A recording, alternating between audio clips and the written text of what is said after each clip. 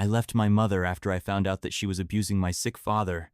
For most of my life, I thought my family was normal. We weren't perfect, nobody's family was, but we were functional. My mom, Elena, was always in control. She kept the house running, made sure my father and I had what we needed, and took care of everything. My dad, Mark, was different. He was quieter, softer. A man who had worked hard his entire life until his body started betraying him.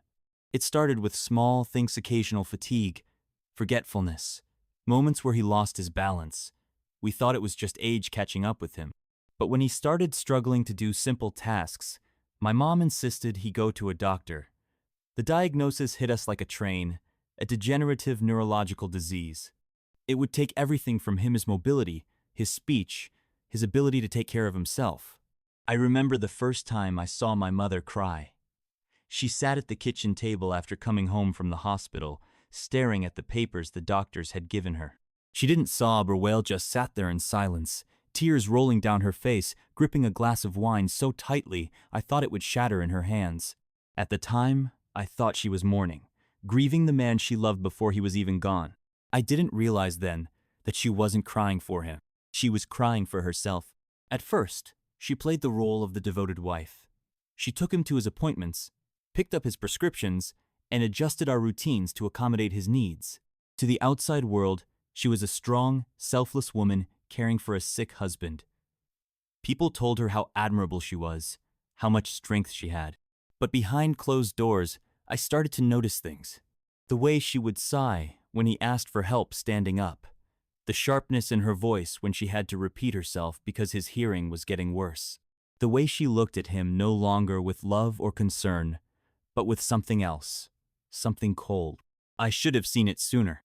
One afternoon, I came home from school earlier than usual.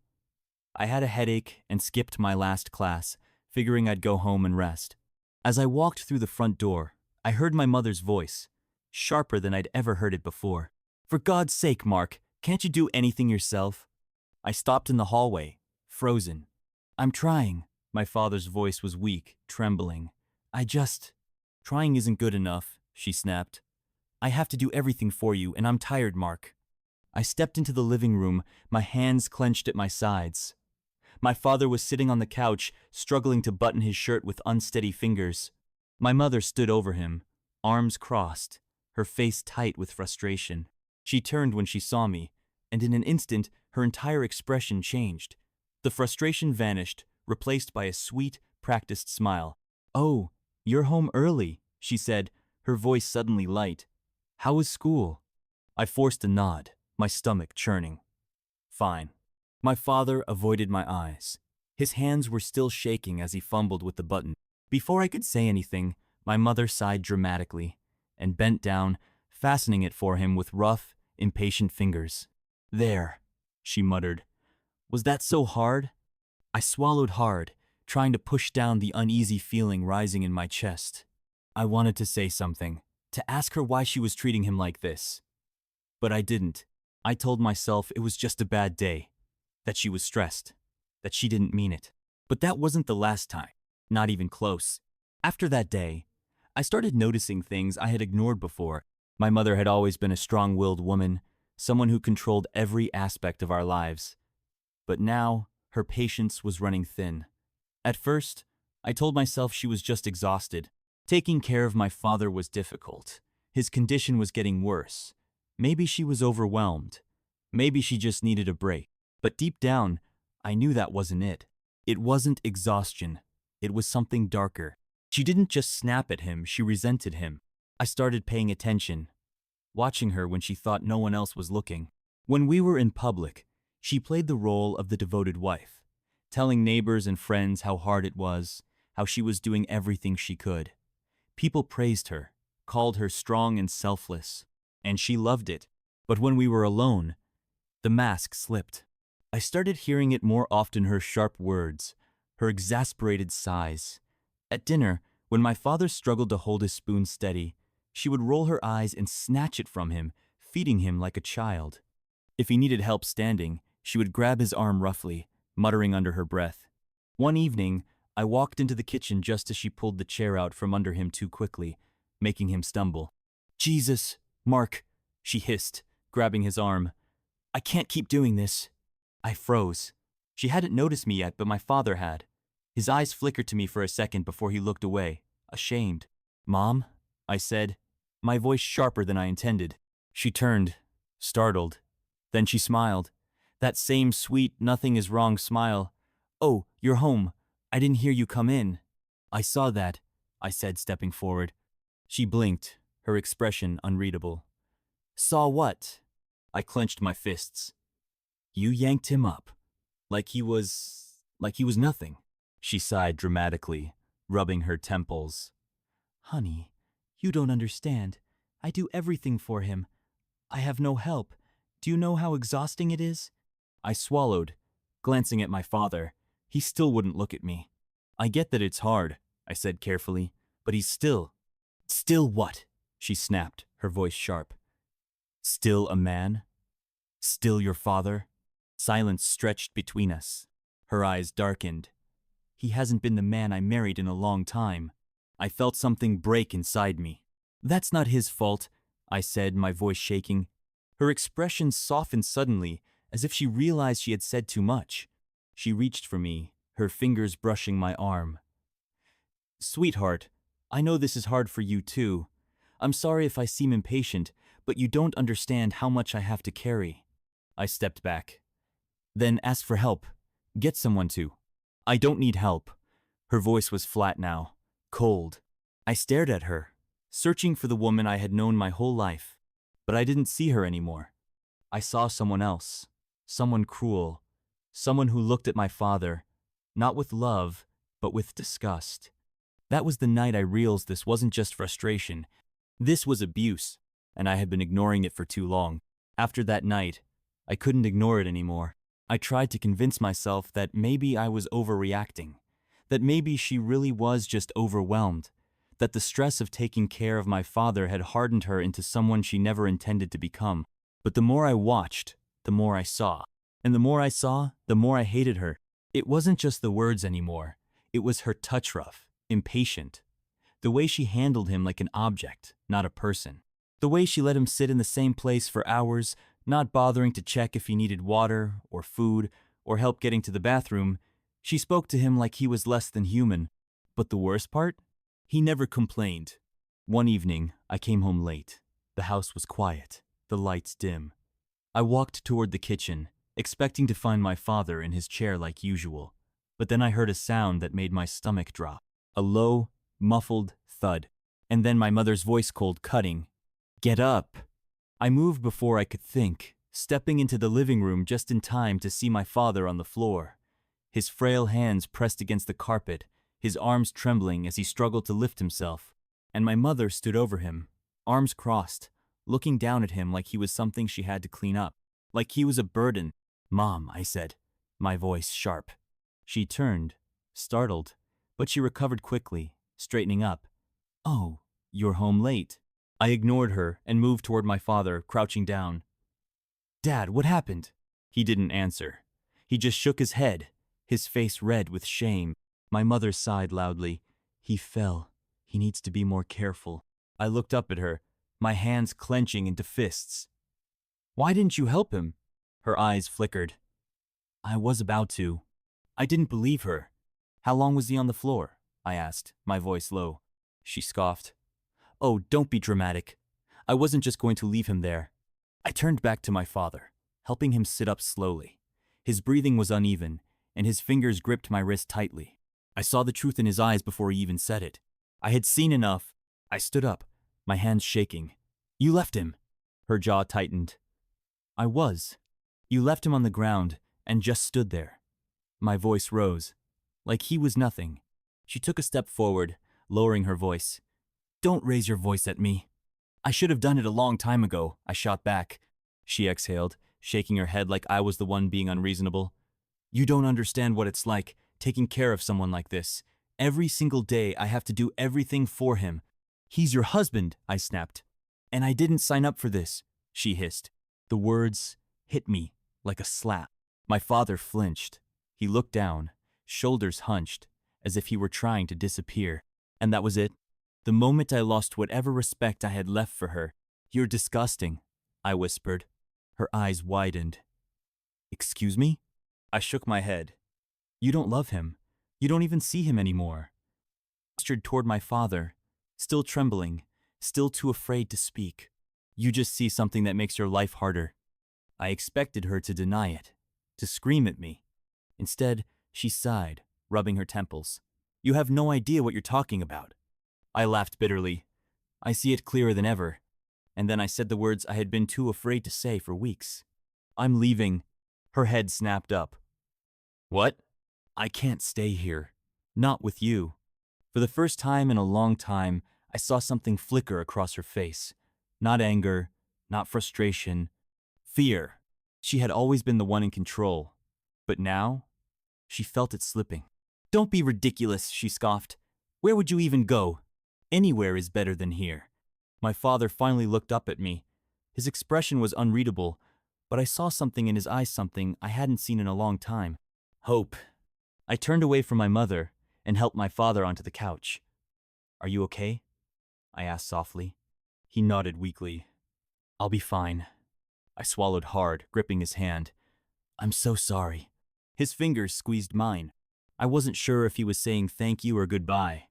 I turned back to my mother, and for the first time in my life, I didn't feel afraid of her. I'm leaving, I repeated. And this time, I meant it. I spent the rest of that night packing my things. I didn't wait. I didn't give my mother time to talk me out of it. I knew how she worked. She'd try to manipulate me, twist my words, make me feel guilty. I wasn't giving her that chance. Every piece of clothing I stuffed into my bag felt like shedding another layer of my past.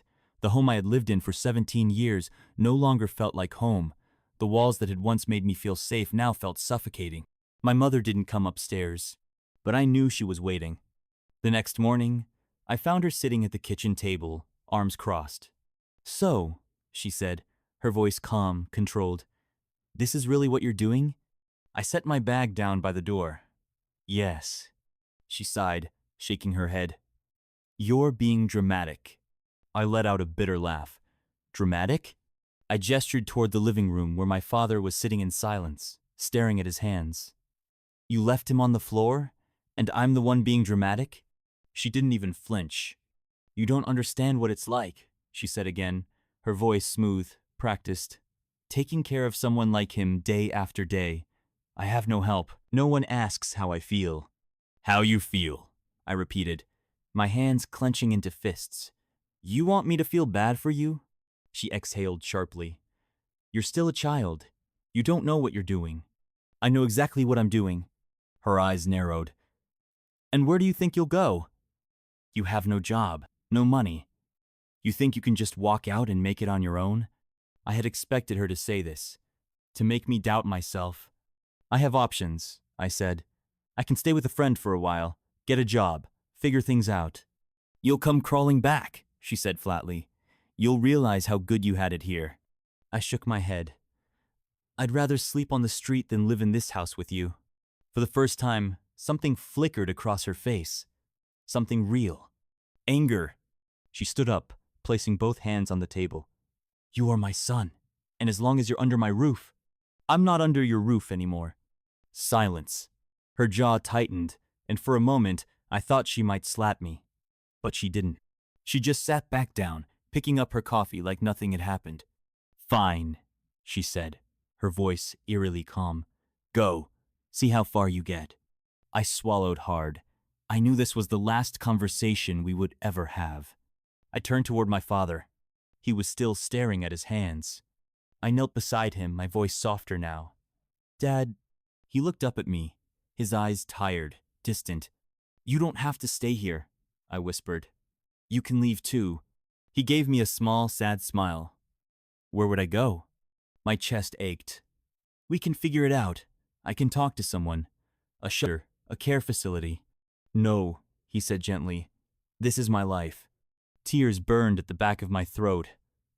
But she... I know, he interrupted. His voice was weak, but steady. I know what she is. I took a shaky breath. Then why do you stay? He sighed, looking past me, past the walls of this house, past everything. Because sometimes Leaving isn't an option for everyone.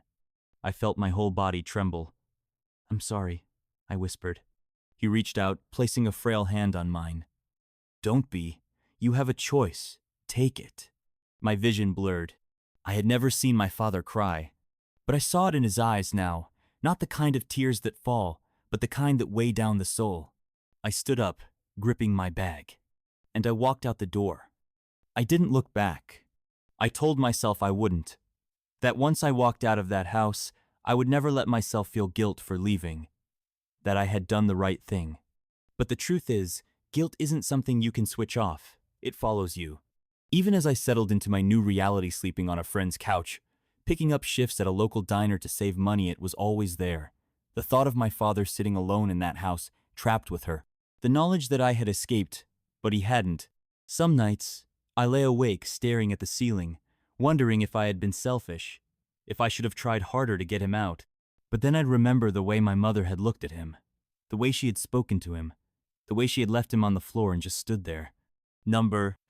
I had done the only thing I could. Months passed. I didn't hear from my mother. Not once. Not that I expected to. The only person I still thought about was my father. I tried calling a few times, but she always answered. She never said any, just let the silence drag out before hanging up. I knew what she was doing. Cutting me off. Making sure I couldn't reach him.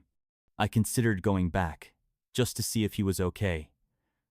But the idea of standing in that house, of seeing her again, made me sick. So I did nothing. And the guilt grew heavier. One day, out of nowhere, I got a call from a number I didn't recognize. I almost didn't answer. But something told me to pick up. Hello? A pause, then a familiar voice. Son. I felt my chest tighten. Dad? Another pause. His breathing was shaky, uneven. He hesitated. I just wanted to hear your voice. I swallowed hard. Are you okay? A weak laugh. As much as I can be. I gripped the phone tighter. Dad, listen. I can come get you. We can find somewhere for you two. No, he interrupted. It's too late for that. My heart dropped. What do you mean? There was silence on the other end. Then he said, I don't have much time left. The words knocked the air out of me. Don't say that. It's true, he murmured. I can feel it. I felt my hands shake. Then let me see you. Another pause. Then a quiet. She won't let you. Anger burned in my chest. She can't stop me. But we both knew that wasn't true. I clenched my jaw. Dad, you don't have to stay there. Just tell me where you are. Son, he said gently. It's okay. I shook my head, even though he couldn't see me. No, it's not. He exhaled. I just needed to hear your voice. I pressed the phone tighter to my ear, my throat burning. I'm sorry. You have nothing to be sorry for, he said. You got out. Tears blurred my vision. I should have taken you with me. His voice was soft. I wouldn't have let you. I closed my eyes, gripping the phone like it was the only thing holding me together. I love you, I whispered. Silence. Then, I love you too, son. The line went dead. I never heard from him again. 2 weeks later, I got a call from an unknown number. It was a hospital. My father was gone. I don't know if my mother ever mourned him. I didn't go to the funeral. I didn't ask what happened. I wanted to forget she existed. But some nights, I still think about my father sitting alone in that house. I wonder if he felt trapped until the very end, if he regretted not leaving, if he ever wanted to call me again but didn't. I'll never know. But I do know one thing. I will never see my mother again. And I will never, never forgive her. Write your opinion about this story. You can also share yours in the comments. It will be interesting to read. Don't forget to subscribe and like. Your support is very important to me. Take care of yourself.